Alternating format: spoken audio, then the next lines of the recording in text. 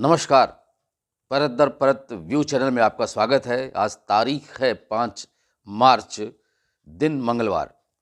विश्लेषण कार्यक्रम में आज का मुद्दा है लोकसभा चुनाव में क्या 1/4 सांसदों के कटेंगे टिकट बीजेपी की ओर से। लोकसभा चुनाव होने वाले हैं और बीजेपी हाईकमान ने अब तक 195 सीटों पर अपने उम्मीदवारों के नाम घोषित कर दिए हैं। लेकिन अब सवाल ये उठता है कि क्या इस बार बीजेपी हाईकमान 1/4 या इससे ज़्यादा मौजूदा सांसदों के टिकट काटेगी। जैसा कि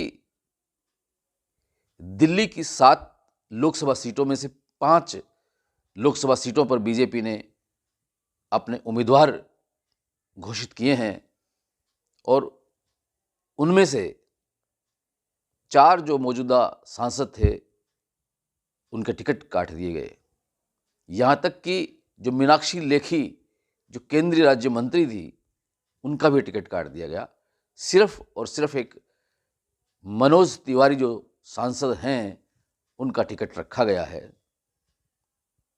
तो अब सवाल ये भी उठता है कि क्या हरियाणा में भी जो मौजूदा सांसद हैं बीजेपी के, क्या उनके भी टिकट कटेंगे, और कटेंगे तो किस किस के कटेंगे।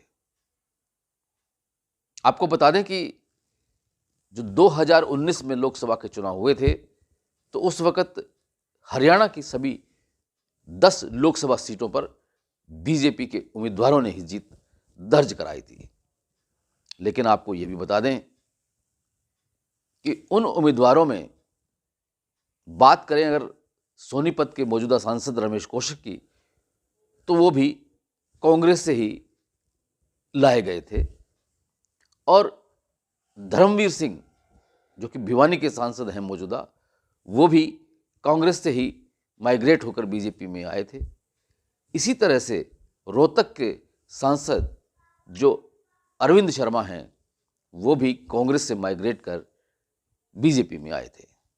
यानी कि उस वक्त बीजेपी के पास अपनी ही पार्टी के नेताओं में से कोई ऐसा नेता इनको नहीं मिला जो इन सीटों पर बीजेपी के उम्मीदवार के रूप में उनको चुनाव मैदान में उतारते।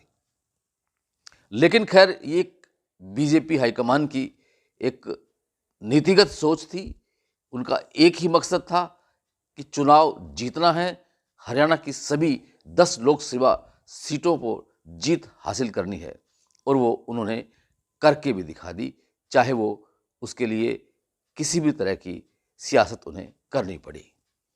लेकिन इस बार बीजेपी के लिए उम्मीदवारों का चयन करना बहुत ही विकट समस्या बनी हुई है, क्योंकि अब की बार भी हरियाणा में बीजेपी को सभी 10 सीटों पर चुनाव जीतना है। पिछली बार भी जो उम्मीदवार उतारे गए थे, बेशक उनकी अपनी कोई परफॉर्मेंस न रही हो, लेकिन मोदी के नाम से वो चुनाव जीत गए हैं। अब पिछले 5 वर्षों में उन सांसदों की परफॉर्मेंस कैसी रही है उसके आधार पर आकलन किया जा रहा है, विचार किया जा रहा है कि क्या उनको फिर से चुनाव मैदान में उतारा जाए या उनके टिकट काटकर उनके बदले में नए उम्मीदवारों को चुनाव मैदान में उतारा जाए। बात करते हैं, रोहतक से शुरुआत करते हैं। रोहतक में डॉक्टर अरविंद शर्मा हैं जो मौजूदा विधायक हैं बीजेपी के, लेकिन उनकी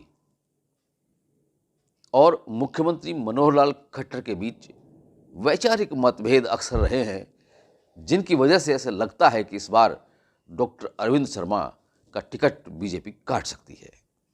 लेकिन अरविंद शर्मा भी बड़े सियासत के चतुर खिलाड़ी रहे हैं। उन्हें कोई फर्क नहीं पड़ेगा, अगर टिकट कटती है तो कटे, अगर वो बीजेपी टिकट नहीं देती है तो किसी अन्य दल में जाकर के वो टिकट हासिल कर लेंगे और चुनाव मैदान में उतर जाएंगे।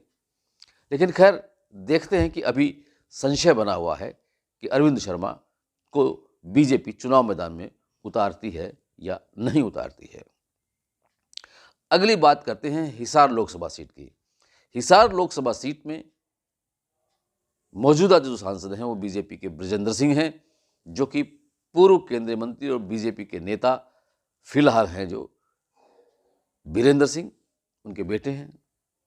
लेकिन बीरेंद्र सिंह के जो बयान हैं और बृजेंद्र सिंह की जो पत्नी और पूर्व विधायक प्रेमलता हैं, उनके जो बयानबाजी बीजेपी के प्रति और जो बीजेपी और जेजेपी की गठबंधन सरकार के प्रति जो रहे हैं, उनको देखते हुए बीजेपी हाईकमान नहीं चाहती कि उनके बयानों को तरजीह दी जाए और उनसे वो भिन्नता रखते हैं। और उसी का असर हिसार के एमपी मौजूदा जो सांसद हैं बृजेंद्र सिंह, उनकी परफॉर्मेंस पर भी पड़ा है। लेने देने के लिए परफॉर्मेंस के नाम पर बृजेंद्र सिंह के पास कोई बड़ी उपलब्धि भी नहीं है जिसकी वजह से उनको फिर से बीजेपी चुनाव मैदान में उतारे। तो इस बार हो सकता है बृजेंद्र सिंह की टिकट कट जाए और उनकी जगह किसी नए चेहरे को, यानी कि हो सकता है कैप्टन अभिमन्यु को या कुलदीप बिश्नोई को चुनाव मैदान में उतारा जाए। अब रही बात फरीदाबाद की। फरीदाबाद दिल्ली एनसीआर का इलाका है और वो हरियाणा में है और उसके मौजूदा सांसद कृष्णपाल गुर्जर हैं, जो कि केंद्रीय राज्य मंत्री भी हैं। उनकी परफॉर्मेंस अच्छी है ऐसा माना जा रहा है और लगता है कि उनको टिकट मिल जाएगी इस बार बीजेपी की। कुरुक्षेत्र में मौजूदा सांसद नायब सिंह सैनी हैं, लेकिन वो अब प्रदेशाध्यक्ष बना दिए गए हैं बीजेपी के हरियाणा के। तो हो सकता है कि उनकी टिकट कट जाए, लेकिन जैसा कि उनका रसूख है वहाँ पर और उनकी जो पैठ है, उससे लगता है कि नायब सिंह सैनी को फिर से चुनाव मैदान में उतारा जा सकता है। और बात करते हैं सोनीपत की। तो रमेश कौशिक हैं जो मौजूदा सांसद बीजेपी के, तो लगता है इस बार उनका टिकट कटना तय है। गुड़गांव की बात करें तो वहाँ पर मौजूदा सांसद राव इंद्रजीत सिंह हैं और जो वो केंद्रीय राज्य मंत्री भी हैं और उनकी भी अच्छी अपनी पैठ है और पकड़ है, इसलिए हो सकता है उन्हें ही दोबारा चुनाव मैदान में उतारा जाए। अम्बाला जो एक आरक्षित सीट है और वहाँ जो सांसद थे रतनलाल कटारिया, उनका देहांत हो गया था, वो सीट खाली है, तो उसका भी चुनाव अभी साथ ही होगा और हो सकता है कि उनकी पत्नी बंतो कटारिया को वो टिकट दे दी जाए, क्योंकि बंतो कटारिया उनकी पत्नी है, तो हो सकता है उनको वो टिकट दे दी जाए। और अब बात करते हैं करनाल की। तो करनाल में मौजूदा जो सांसद हैं बीजेपी की, वो संजय भाटिया हैं। तो संजय भाटिया को हो सकता है इस बार प्रदेश की राजनीति में रखा जाए, आगे किया जाए और हो सकता है उनको पानीपत विधानसभा के चुनाव मैदान में उतारा जाए। और करनाल में हो सकता है कि मुख्यमंत्री मनोहर लाल को खुद को बीजेपी एक उम्मीदवार के रूप में लोकसभा सीट से उतारे, क्योंकि मुख्यमंत्री मनोहर लाल के और प्रधानमंत्री नरेंद्र मोदी के बीच प्रगाढ़ संबंध हैं, दोस्ताना है, लेकिन और वो चाहते हैं कि मनोहर लाल खट्टर जो है अब उनकी सेवाएं केंद्र में ली जाए। तो हो सकता है कि करनाल सीट से खुद मुख्यमंत्री मनोहर लाल चुनाव मैदान में उतर जाए। रही बात अब सिरसा लोकसभा की। सिरसा लोकसभा सीट से मौजूदा जो सांसद हैं वो बीजेपी की सुनीता दुग्गल हैं। सुनीता दुग्गल के बारे में अक्सर ये कहा जाता है कि वो एक IRS अफसर थी, इनकम टैक्स विभाग में वो एक कमिश्नर के रूप में कार्यरत थी राजनीति में आने से पहले। उनके पति खुद IPS अफसर हैं, राजेश दुग्गल। तो उसके बाद वो जब राजनीति में आई तो पहले रतिया विधानसभा से चुनाव लड़ा था, लेकिन वो वहाँ से पराजित हो गई थी। उसके बाद उन्होंने सिरसा लोकसभा का चुनाव लड़ा 2019 में, उनको टिकट मिली तो वो जीत गई। लेकिन जीतने के बाद में उनके मन में एक मलाल सा तो अक्सर रहता ही होगा कि उन्हें प्रधानमंत्री नरेंद्र मोदी के मंत्रिमंडल में शामिल नहीं किया। तो इस बार जब भी सुनीता दुग्गल से मीडिया पर्सन्स ने पूछा तो क्या आप चुनाव लड़ना चाहेंगी सिरसा लोकसभा सीट से, तो उनका अक्सर यही जवाब मिलता रहा है कि अगर पार्टी हाईकमान कहेगी तो अवश्य लड़ेंगी, और वो चाहती भी हैं कि वो चुनाव लड़ें। लेकिन इसके साथ साथ वो दूसरी बात भी कहती रही हैं कि उनका मन करता है कि इस बार विधानसभा का चुनाव लड़ें। तो इस तरह से उनके दो विचार बने हुए हैं कि टिकट मिलती है तो वो चुनाव लड़ लेंगी, अन्यथा वो विधायक का चुनाव लड़ेंगी। ऐसा माना जा रहा है कि जब हाल ही में बीते दिनों आम आदमी पार्टी छोड़कर बीजेपी में शामिल हुए पूर्व सांसद सिरसा के डॉक्टर अशोक तंवर, तो हो सकता है उनको सिरसा सीट से चुनाव मैदान में उतारा जा सकता है। इसके अलावा बीजेपी जिस तरह से कई बार नए चेहरों को इस्तेमाल में लाती है, जैसे कि राजस्थान, मध्य प्रदेश और छत्तीसगढ़ में जो विधानसभा के चुनाव हुए थे उनमें नए चेहरों को उतारा था, तो इसी तरह से हो सकता है सिरसा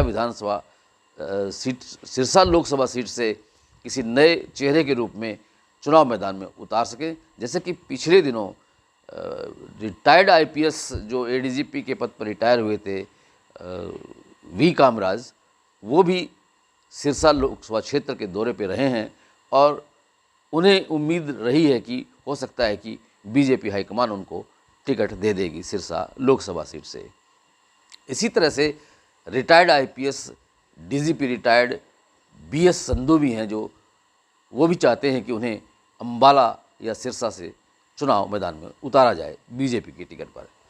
लेकिन अब देखना ये है कि क्या अब बीजेपी हाईकमान ऐसा कुछ सोच के करेगी। सिरसा और अंबाला दोनों आरक्षित सीटें हैं और किसी एक सीट पर महिला को उम्मीदवार बनाना भी जरूरी है।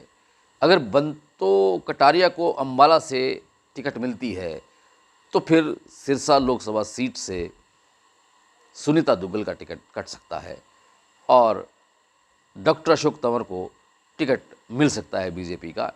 वैसे भी डॉक्टर अशोक तंवर चमार बिरादरी से हैं और चमार बिरादरी के वोटों को हासिल करने के लिए बीजेपी चाहती है कि हो सकता है इस बार डॉक्टर अशोक तंवर का इस्तेमाल कर ले वो उम्मीदवार के रूप में।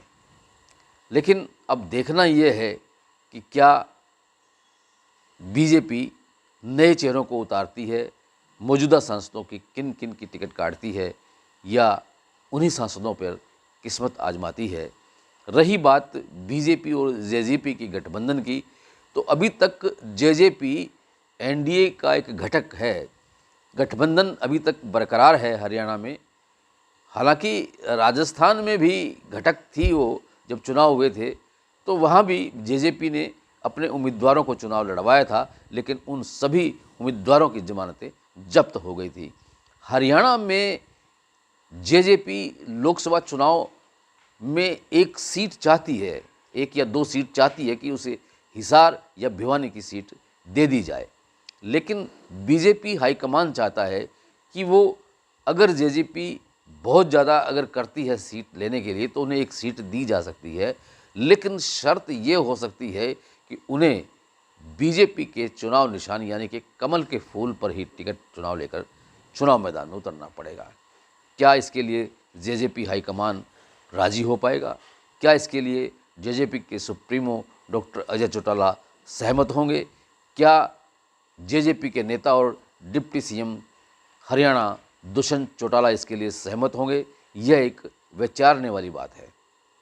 और हालांकि जेजेपी ने ये तैयारियां कर रखी हैं, पूरी तरह से कह रखा है कि अगर उनको कोई टिकट बीजेपी हाईकमान हरियाणा में नहीं देती है, लोकसभा के चुनाव में सीट नहीं देती है, तो वो अपने दमखम पर सभी 10 सीटों पर चुनाव मैदान में अपने उम्मीदवारों को उतारेगी। ऐसी स्थिति में देखना ये होगा कि क्या आगे बीजेपी और जेजेपी का गठबंधन बरकरार रहता है या नहीं रहता है। विश्लेषण कार्यक्रम में आज इतना ही। कल फिर किसी नए मुद्दे के साथ आपसे रूबरू होंगे। तब तक के लिए इंद्र मोहन शर्मा को इजाज़त दीजिए। और अगर आप चैनल को पहली बार देख रहे हैं तो इसे सब्सक्राइब कर लीजिए परत दर परत को, और बेल आइकन के बटन को ऑल क्लिक कर लीजिए, ताकि जब भी हम किसी भी महत्वपूर्ण मुद्दे पर इस तरह का निष्पक्ष विश्लेषण करके उसको वीडियो के रूप में यूट्यूब पे अपलोड करें तो उसका नोटिफिकेशन आप तक मिल जाए और आप उसे भली भांति देख सकें, परख सकें, और उसका जायज़ा लेते हुए अगर आपके मन में कोई विचार उत्पन्न होता हो तो उसे आप कमेंट बॉक्स में जाकर कमेंट भी कर सकते हैं। आपने ये विचार सुना, विश्लेषण सुना, आपका बहुत बहुत धन्यवाद, बहुत बहुत शुक्रिया। और अगर आपके मन में अगर कोई विचार आता हो इसको सुनने के बाद तो आप कमेंट कर सकते हैं। इस वीडियो को आप लाइक भी कर सकते हैं। अगर आपको अच्छा लगा हो तो अपने दोस्तों को, अपने प्रियजनों को बहुत बहुत शुक्रिया आपका।